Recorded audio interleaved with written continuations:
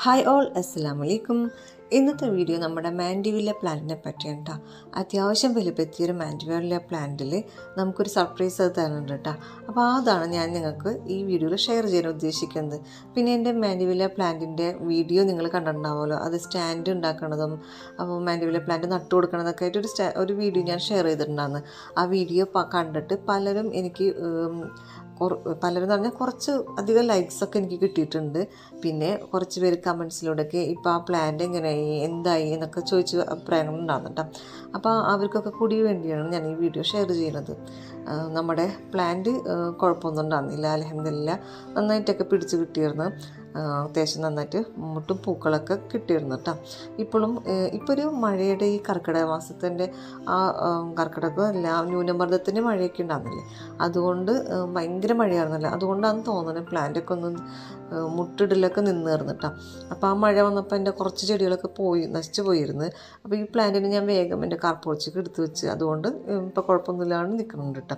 ഇനിയിപ്പം കുഴപ്പമൊന്നുമില്ല, വലിയ കുഴപ്പമൊന്നുമില്ലാണ്ടൊക്കെ നിൽക്കുന്നുണ്ട്.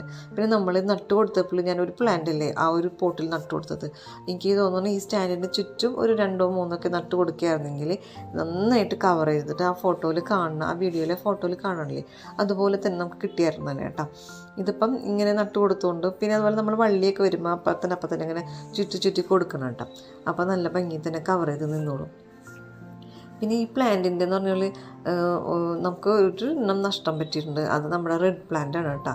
റെഡ് മാൻഡിവില്ല ഒരു ഈ സ്റ്റാൻഡിൻ്റെ മുക്കാൽ ഭാഗത്തോടൊക്കെ വലുതായി വന്നതായിരുന്നു. പക്ഷേ പെട്ടെന്ന് അങ്ങോട്ട് ഉണങ്ങിപ്പോയി. അത് എന്ത് പറ്റിയാന്ന് അറിഞ്ഞൂടാ. ഇനിയിപ്പം ഞാൻ വെള്ളം ഒഴിച്ചത് ഇങ്ങനെ കെട്ടിക്കിടന്നിട്ടാണോ എന്ന് അറിഞ്ഞൂടാ. അതിൽ വെള്ളം ഒന്നും അധികം ഒഴിക്കാൻ പാടില്ലല്ലോ, അതൊക്കെ നമ്മൾ ശ്രദ്ധിക്കണമല്ലോ. അല്ലെങ്കിൽ അതിലെന്തെങ്കിലും പറ്റിയതാണെന്ന് പറഞ്ഞുകൂടാ. അതുകൊണ്ട് നമ്മുടെ ക്ലൈമറ്റിൽ അധികം പിടിച്ചിട്ടാൻ ബുദ്ധിമുട്ടാണോ എന്ന് പറഞ്ഞുകൂടാ. പക്ഷേ പിടിച്ചേർന്നത് നന്നായിട്ടൊക്കെ വലുതായിയൊക്കെ വന്നതായിരുന്നു. വള്ളിയൊക്കെ വീശി സ്റ്റാൻഡിനൊക്കെ ഒന്ന് കവർ ചെയ്തൊക്കെ വന്നതായിരുന്നു കേട്ടോ.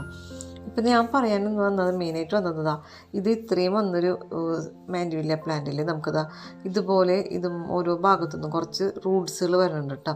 അപ്പം ഈ റൂട്ട്സ് നമുക്ക് കട്ട് ചെയ്തിട്ട് ആ റൂട്ട്സുള്ള ഭാഗത്തുനിന്ന് നമുക്ക് കട്ട് ചെയ്തിട്ട് പിടിപ്പിച്ചെടുക്കാൻ പറ്റുന്നുണ്ടാവും. അപ്പോൾ ഇപ്പോൾ എൻ്റെ ഇപ്പോൾ ഉള്ള 2 പ്ലാന്റ്സിൽ അത്യാവശ്യം നല്ല ഹെൽത്തി നന്നായിട്ട് നിൽക്കുന്നത് വൈറ്റ് മാൻഡിവില്ലയാണ് കേട്ടോ. പിങ്കിൻ്റെ സ്റ്റെമ്മൊന്നും ഇത്രയും ഇങ്ങോട്ട് തിക്കായിട്ടൊന്നുമില്ല, എന്നാലും കുഴപ്പമൊന്നുമില്ല കേട്ടോ.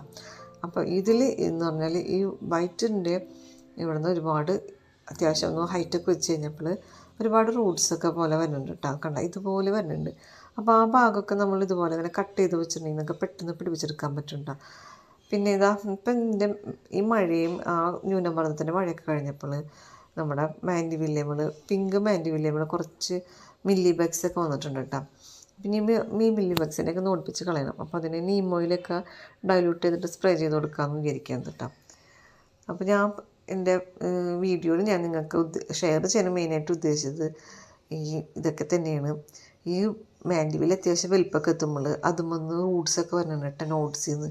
അപ്പോൾ അത് കട്ട് ചെയ്തിട്ട് ഞാൻ ഒരെണ്ണം പിടിപ്പിച്ചിട്ടാണ് ഈ വീഡിയോയിൽ കാണുന്നത് കേട്ടോ. അപ്പോൾ നിങ്ങളും അതുപോലെയൊക്കെ ട്രൈ ചെയ്ത് നോക്കാം. മാൻഡിവിൽ അത്യാവശ്യം നമുക്ക് പിടിപ്പിക്കാവുന്നത് തന്നെയാണ്. പിന്നെ റെഡിൻ്റെ കാര്യത്തിൽ എന്താ സംഭവിച്ചതെന്ന് എനിക്ക് അറിഞ്ഞൂടാ കേട്ടോ. അപ്പോൾ എൻ്റെ വീഡിയോ നിങ്ങൾക്ക് ഇഷ്ടപ്പെട്ടെങ്കിൽ ഒന്ന് ലൈക്ക് ചെയ്യണം കേട്ടോ. പുതുതായിട്ട് കാണുന്നവരുണ്ടെങ്കിൽ സബ്സ്ക്രൈബ് ചെയ്ത് സപ്പോർട്ട് ചെയ്യണം. വീണ്ടും ഇൻഷാ അല്ലാഹ് അടുത്ത വീഡിയോയിൽ കാണാം. അസ്സലാമു അലൈക്കും.